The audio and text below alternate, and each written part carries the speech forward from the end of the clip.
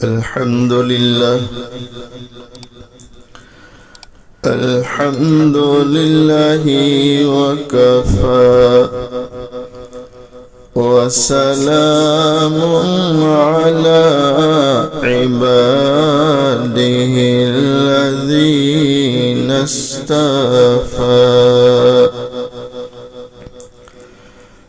أما بعد فأعوذ بالله من الشيطان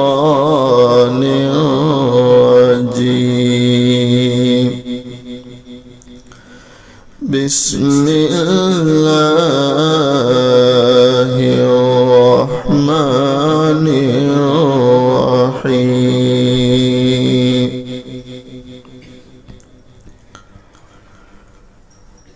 إنما يخشى الله من عباده العلماء.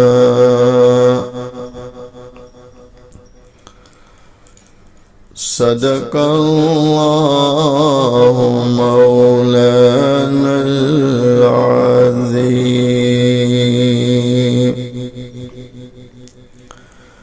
إلهي مقصود من توئی ورضائے تو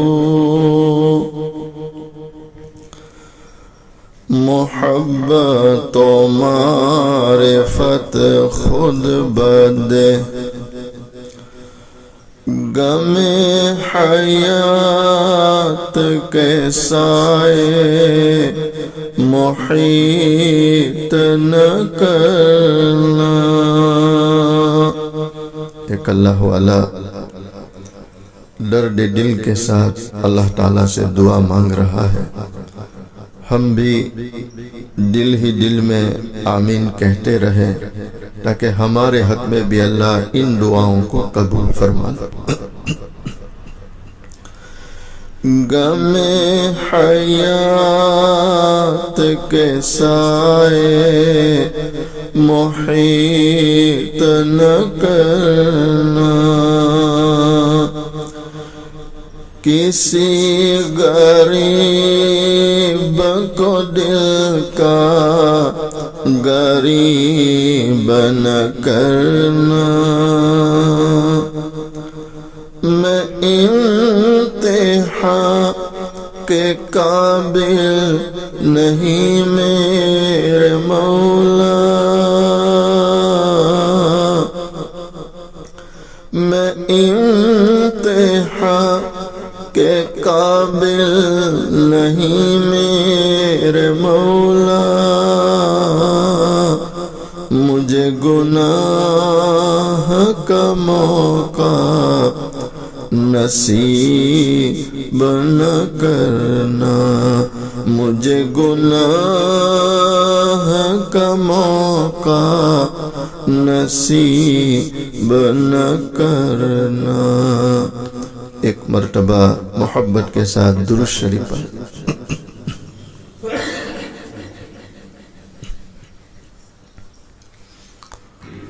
قابل صد احترام معزز اساتذہ کرام اور عزیز طلبہ، حق تعالی شانہ کا بڑا احسان اور کرم ہے. اس وقت ہم یہاں اپنے اس جامعہ مفتاح العلوم میں دین کی نسبت سے جمع ہے. اللہ تعالیٰ سے دعا کریں اللہ تعالیٰ ہم سب کے جمع ہونے کو قبول فرمائے اور اپنی رضا نصیب فرمائے. ہمارے حضرت حافظ صاحب نے مخلصانہ دعوت پیش کی کہ آئے ہیں تو طلبہ کے لیے کچھ باتیں ہو جائیں. بس ان کے مخلصانہ اس حکم پر اور مخلصانہ اس دعوت پر آپ کے سامنے بیٹھا ہوں اس نیت سے کہ اللہ مجھے بھی کچھ نفع پہنچاوے اور اللہ آپ کو بھی نفع پہنچائے۔ اس میں کوئی شک نہیں کہ اللہ تعالیٰ نے ہم کو یہاں جو پہنچایا ہے اور ہماری جو نسبت قرآن اور احادیث مبارکہ کے ساتھ وابستہ کی، یہ کس کا احسان ہے؟ بولو محبت سے، اللہ کا۔ ذالک فضل اللہ یؤتیہ من یشاء، یہ اللہ کا فضل ہے، اللہ جسے چاہتا ہے دے دیتا ہے۔ آپ دیکھ لیں دنیا میں کروڑوں کی تعداد میں لوگ ہیں، لیکن کروڑوں کہاں پڑتے ہیں؟ خوش نصیب لوگ جن کے تقدیر میں اللہ نے لکھا، جن کے مقدر میں اللہ نے لکھا۔ آپ حیران ہوں گے، میں صرف ایک روایت پیش کروں جس سے آپ کو پتہ چلے گا کہ ایک عالم دین، اس کا اللہ کی بارگاہ میں کتنا اونچا مقام۔ یہ جو ہمارے مرحلے ہیں، ماں باپ کو چھوڑا، گھر کو چھوڑا، رشتہ داروں کو چھوڑا، کنبہ قبیلہ چھوڑا اور اپنے وطن سے کافی دور آ کر بسے ہیں، محنت کر رہے ہیں۔ کئی بچے بیچارے خود کپڑے دھو لیتے ہیں، سوکھا روکھا کھا لیتے ہیں، جیب میں کچھ پیسہ ہے تو کبھی ناشتہ کر لیا، پیسہ نہیں ہے تو روزہ رکھ لیا۔ ان حالات سے گزرتے گزرتے ناظرہ مکمل، پھر حفظ مکمل، پھر کتابوں میں آتے ہیں تو گرتے پڑھتے دھیرے دھیرے ایک آدمی بخاری شریف تک پہنچتا ہے۔ یہ جو بخاری کے بچے ہیں وہ سمجھ سکتے ہیں کہ یہاں تک آنے میں کتنی محنت ہوئی۔ کل کو یہ فارغ ہوں گے اور انہیں عالم کی سند دی جائے گی۔ تو یہ اتنا بڑا شرف ہے، اتنی بڑی فضیلت ہے اس کی کہ حضرت مولانا یوسف صاحب رحمت اللہ علیہ حکایات صحابہ میں لکھتے ہیں کہ کل قیامت والے دن ایک گنہگار کو جہنم کے فرشتے پکڑے ہوئے ہوں گے، اللہ تعالی ہماری اس سے حفاظت فرمائے، اور وہ جہنم کے فرشتے اسے پکڑ کر جہنم میں لے جانا چاہیں گے تو اللہ تعالیٰ ان فرشتوں کو روکیں گے، رکو، تو وہ رک جائیں گے۔ اب اللہ فرمائیں گے میرے اس بندے سے پوچھو جسے جہنم میں لے جا رہے ہو کہ تو نے اپنے کسی بیٹے یا بیٹی کو حافظ قرآن یا عالم دین نہیں بنایا؟ کیا سوال ہوگا؟ حافظ قرآن یا یہ نہیں پوچھیں گے کہ ڈاکٹر نہیں بنایا، پروفیسر نہیں بنایا، ٹیچر نہیں بنایا، کیا پوچھیں گے؟ حافظ یا اس بارگاہ میں ویلیو ہے، قدر و قیمت ہے تو حفظ کی، عالم کی، حفظ کی عالم۔ ایک بندہ حافظ ہو جائے، کوئی عالم بن جائے، کتنی بڑی اس کی فضیلت ہے۔ وہ گنہگار شرمندہ ہوگا، کہے گا اے فرشتو، میرے مقدر میں کہاں کہ میرا بیٹا حافظ یا عالم بنتا۔ اب آپ سوچیں کہ ہمارے ماں باپ کتنے مقدر والے ہیں جنہوں نے ہمارے لیے یہ انتخاب کیا اور ہمیں پڑھنے کے لیے مدرسے میں چھوڑ دیا۔ ارے بھائی ماں باپ کی بھی بخشش ہو جائے گی، نہیں ہو جائے گی؟ انشاءاللہ ضرور ہو جائے گی۔ تو اب اللہ فرمائیں گے اس کو پوچھو کہ اس نے کسی عالم کے مکان کے آس پاس اپنا مکان بنایا ہو، کسی عالم کے آس پاس اپنا، یعنی آپ اس سے اپنا مقام سمجھو کہ آپ کا مقام اتنا اونچا ہے کہ آپ کے پڑوس میں رہنے والا تنہا پڑوسی ہونے کی حیثیت سے بخشا جا رہا ہے۔ کتنی اللہ کی ویلیو ہے۔ اس سے پوچھا جائے گا کسی عالم کے پڑوس میں مکان بنایا ہو، تو وہ کہے گا میرے مقدر میں کہاں کہ کسی عالم کے ساتھ رہتا. علماء نے کتابوں میں لکھا ہے عبداللہ ابن مبارک بہت بڑے محدث ہیں اور جلیل القدر محدث. آپ کے پڑوس میں بنیا تھا، وہ مکان بیچ رہا تھا، تو اس نے مارکیٹ کے اعتبار سے یوں سمجھے کہ مکان کی ویلیو تھی 25 لاکھ اور وہ قیمت لگا رہا تھا 50 لاکھ. کتنی لگا رہا تھا؟ 50. تو کسی نے کہا بھائی مارکیٹ تو 25 ہے، تو 50 مانگتا. تو جواب کیا تھا؟ 25 لاکھ تو مکان کے اور 25 لاکھ ایکسٹرا جو مانگ رہا ہوں الگ سے، وہ عبداللہ ابن مبارک جو پڑوسی دے رہا ہوں اس کے مانگ رہا ہوں. کہ ایسا پڑوسی تم کو کہاں ملے گا؟ اللہ اکبر. امام الانبیاء صلی اللہ تعالی علیہ وسلم فرماتے پروردگار عالم ان فرشتوں کو فرمائیں گے میرے بندے سے پوچھو نہ رہنے میں کسی عالم کا پڑوسی بناؤ. وہ گنہگار عرض کرے گا رب العالمین میں نے کسی عالم کے ساتھ اپنا مکان ہی نہیں بنایا. کہ دنیا میں تو علماء سے دور رہتے تھے تو پڑوس میں کہاں مکان بناتا. تیسرا سوال ہوگا ذرا اس کو پوچھو نا زندگی میں کبھی ایک مرتبہ بھی کسی عالم کے ساتھ بیٹھ کر کھانا کھایا ہو؟ اب یہ تو آسان ہے کہ نہیں. زندگی میں کتنی مرتبہ؟ ایک. تو جو آپ طلبہ کی، حفاظ کی، علماء کی دعوتیں کرتے ہیں، چائے پلاتے، کھانا کھلاتے، ان کی بھی بخشش ہو جائے گی نہیں ہو جائے گی؟ اب آپ سوچیں کہ آپ کی برکت سے اتنے سارے بخشے جا رہے ہیں، تو پھر آپ کا مقام اور آپ کی ویلیو اللہ کی بارگاہ میں کتنی ہے؟ اللہ اکبر.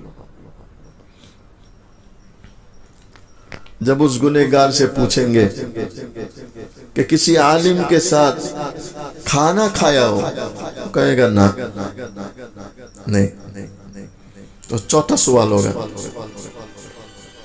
اور وہ چوتھا سوال یہ ہے کہ اسے پوچھیں ٹھیک ہے کوئی بات نہیں، نہ بچے کو حافظ بنایا عالم بنایا، نہ کسی عالم کے پڑوس میں رہا، نہ کسی عالم کے ساتھ بیٹھ کے کھایا، تو کم سے کم کسی عالم سے دوستی کی ہو، کہ کسی عالم کو اپنا دوست بنایا ہو. تو کیا کہے گا؟ نہ. پانچواں آخری سوال ہے، پانچواں آخری. کوئی بات نہیں، اسے پوچھو کہ کسی ایسے شخص سے دوستی کی ہو جس کو کسی عالم سے دوستی ہو. اب یہ تو آسان ہے کہ نہیں؟ اللہ اکبر. ایک عالم کا کتنا اونچا مقام. ہم طلبہ کو بار بار یہ فضائل پڑھنے چاہیے، بار بار تاکہ ہمیں ہمارا وزن کیا ہے وہ ہمارے اندر پیدا ہو، تو احساس کمتری کے کبھی شکار نہیں ہوں گے. آج کبھی یہ ہوتا ہے کہ کوئی ست پتلون میں ہے، تائی باندھ لیتا ہے، وہ جو فون آتا ہے واکی ٹوکی بولتے ہیں، کبھی یہاں لگا دیا، کبھی وہ انگلش کے 2 لفظ بولتا ہے، تو ہمارے بچے کبھی اس سے متاثر ہوتے ہیں. اوہ کتنا بڑا آفیسر. ارے بھئی کیا ہے؟ کچھ بھی نہیں. کیا ہے؟ آپ کو اللہ نے جو مقام دیا ہے اور اللہ نے آپ کو جو نوازا وہ دنیا میں کسی کو نہیں نوازا، کسی کو نہیں نوازا. لیکن ہمیں ہماری قدر بھی اس وقت ہوگی جبکہ ہم کیا دیکھیں گے؟ بولو کتاب ہے. کیا دیکھیں گے؟ کتاب. مطالعہ کریں، اپنے فضائل ہم خود پڑھیں کہ ایک طالب علم کے کیا فضائل ہے، ایک حافظ قرآن کے کیا فضائل ہے، ایک عالم کے کیا فضائل. لیکن میں بہت افسوس سے کہتا ہوں کتابیں ماشاءاللہ لکھی جا رہی ہے. ہمارے حضرت بھی ماشاءاللہ مستقل کتابیں لکھتے. اللہ تعالیٰ ان کی جد و جہد کو قبول فرمائے اور کتابوں کو مقبولیت عطا فرمائے، محبوبیت عطا فرمائے. لیکن بہت افسوس سے کہتا ہوں کہ آج ہم لوگ مطالعہ نہیں کرتے. میں صحیح کہہ رہا ہوں غلط کہہ رہا ہوں؟ مطالعہ نہیں کرتے. کوئی کتاب نہیں دیکھتے، کتاب ہی نہیں دیکھتے. اب آپ سوچیں بعض مشائخ کا اس وقت یہ رونا ہے کہ ہم تو کتابوں کی الماریاں بھر کے جا رہے ہیں، لیکن ان کتابوں کو پڑھے گا کون؟ پڑھے گا کون؟ پڑھے گا. حضرت پیر ذوالفقار نقشبندی دامت برکاتہم علینا نے ایک جگہ لکھا کہ پرانے زمانے کے اہل اللہ کا یہ حال تھا کہ وہ رات کو چراغ جلا کر جو کتابیں دیکھتے تھے، جو کتابیں لکھتے تھے، اس چراغ کو جلانے کے لیے جو تیل استعمال ہوتا تھا اس تیل کا خرچہ بڑھ جاتا تھا اس تیل سے جس تیل سے وہ اپنا کھانا پکاتے تھے. نہیں سمجھے کہ سمجھ گئے؟ اپنا پیٹ بھرنے کے لیے کھانا پکانے کو جو تیل استعمال ہوتا وہ یوں سمجھے کہ مثلا اتنا استعمال ہوا، اور کتابیں لکھنے اور پڑھنے کے لیے جو چراغ رات بھر جلا اس کو جلانے کے لیے جو تیل استعمال ہوا وہ یوں سمجھے کہ اتنا ہوا. تو کھانے میں اتنا اور کتابوں کے پیچھے. تب جا کے یہ کتابوں کی الماریاں ہمارے سامنے، یہ ہمارے اساتذہ ہمارے سامنے، ہمارے مشائخ، ہمارے ذمہ دار ہمارے سامنے. میں آپ حضرات سے یہ خاص کہوں گا، میری ذات کے لیے بھی آپ کے لیے بھی، کہ مطالعے کا شوق بڑھائیں، کتابیں دیکھیں گے انشاءاللہ. آخری سوال ہے، اور سوال کیا ہے؟ کسی ایسے شخص کو دوست بنایا ہو جس کو کسی عالم سے دوستی ہو، تو وہ فوراً کہے گا ہاں فلاں میرا دوست تھا اور اس کو فلاں عالم سے دوستی تھی. اللہ اکبر. اللہ تعالیٰ فوراً فرمائیں گے تیرے اس دوست کے اس عالم سے دوستی کی برکت سے جا ہم نے تیری مغفرت کر دی، بغیر حساب کتاب کے جنت میں داخل. اتنے سارے فضائل ہم علماء کے، ہم طلباء کے، کس کی بارگاہ میں؟ پروردگار عالم قرآن کریم میں فرماتے انما یخشی اللہ من عبادہ العلماء.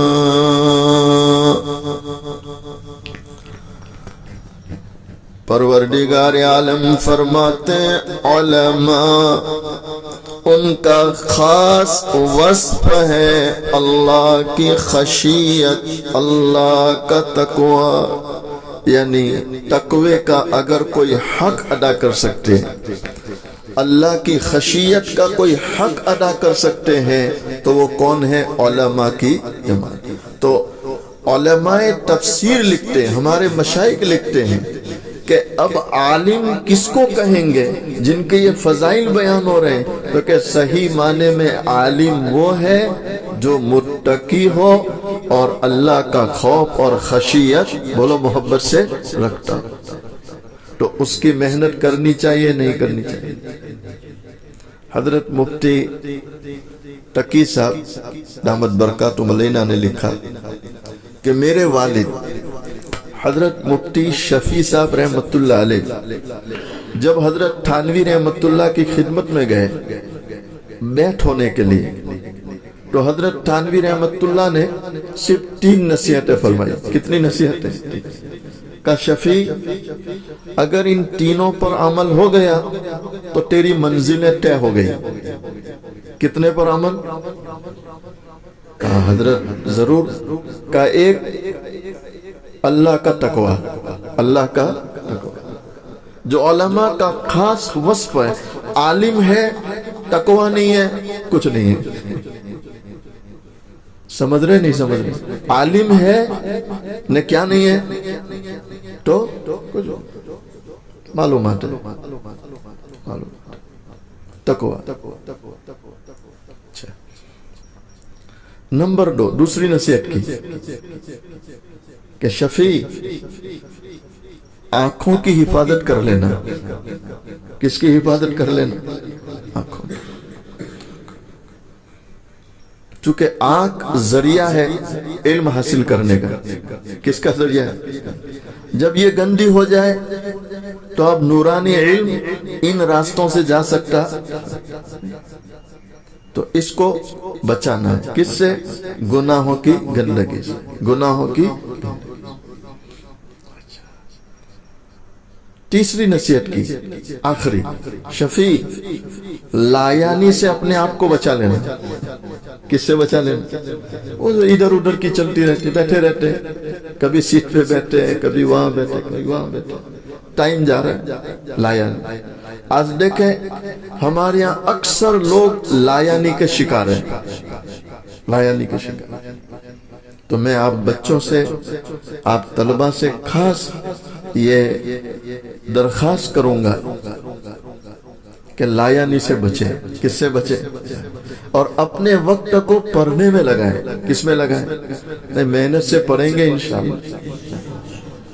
کتابوں پہ آپ جو ہے قربان ہو، کتابوں کے پیچھے وقت لگائے، کتاب کو اوڑھنا بچھونا بنائے. مجھے یاد ہے شاید میں عربی چہارم یا پنجم میں تھا. میں اور میرا ایک ساتھی 2 تھے. ہم دونوں کا حال یہ تھا کہ ہمارے جو حضرت مولانا علی یوسف قاوی رحمت اللہ جن کے پاس میں رہتا تھا خدمت میں، تو کوئی بھی استاد آتا یا کوئی بھی بڑے آتے تو حضرت فوراً یوں فرماتے تھے کہ میرے پاس 2 کتاب کے کیڑے ہیں. مولانا علی صاحب کا تاثر تھا، میرے پاس کتاب کے 2 کیڑے ہیں. تو ایک دن ایسا ہو گیا کہ حضرت مولانا لاٹ صاحب تشریف لائے تھے.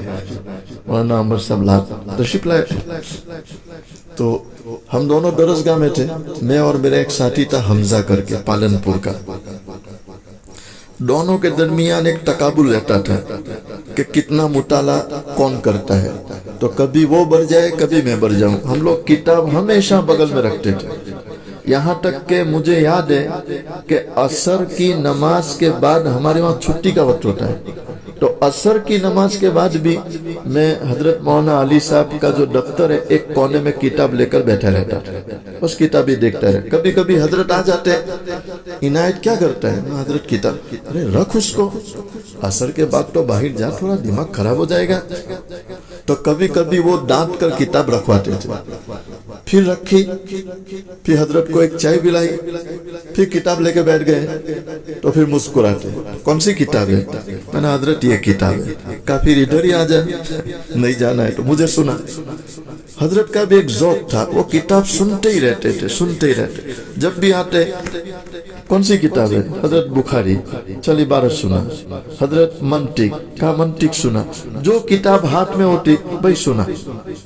حضرت مولانا احمد لاٹ صاحب تشریف لائے. ہم دونوں درسگاہ میں تھے. تو مولانا نے کہا کہ میرے پاس 2 کتاب کے کیڑے ہیں حضرت. تو مولانا احمد لاٹ صاحب مسکرائے. کہا مولانا سمجھا نہیں میں. اڈھائی وغیرہ کا تو سنا ہے، یہ لکڑے کے اس کے کیڑے تو سنے ہیں، لیکن کتاب کے کیڑے تو کبھی سنا نہیں. کہا نہیں میرے پاس ہے کتاب کے بھی 2 کیڑے. کہا کون ہے؟ تو مجھے بلایا اور وہ حمزہ کو بلایا، دونوں کو بلایا حضرت کے سامنے. کہا یہ 2 میرے کتاب کے کیڑے، جب دیکھو کتاب، جب دیکھو کتاب، جب دیکھو کتاب. اللہ کا شکر ہے حبیب صاحب، پڑھنے کے زمانے میں ہمیں یاد ہے کہ کبھی کبھی تو رات کو 2 بجے، 2:30 بجے، 3 بجے حضرت تو سوئے ہیں دفتر میں. تو حضرت اس گدی پر سوئے ہیں، تو اس گدی پر ہم ایک چھوٹا چراغ جلا کے کتاب دیکھ رہے ہیں.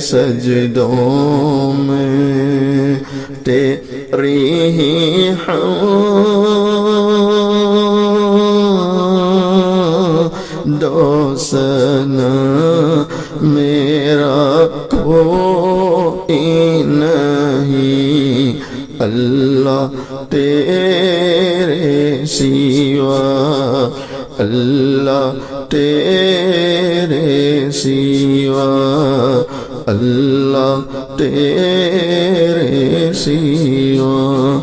میری توبہ ہے توبہ اے میرے الہ، مجھ گنہگار کو تو نہ دینا سزا، ہم گنہگاروں کو تو نہ دینا سزا، میری آہوں کو سن، میری آہوں کو سن لے اے حاجت روا، میرا کوئی نہیں اللہ تیرے سوا، اللہ تیرے سوا، اللہ تیرے سوا۔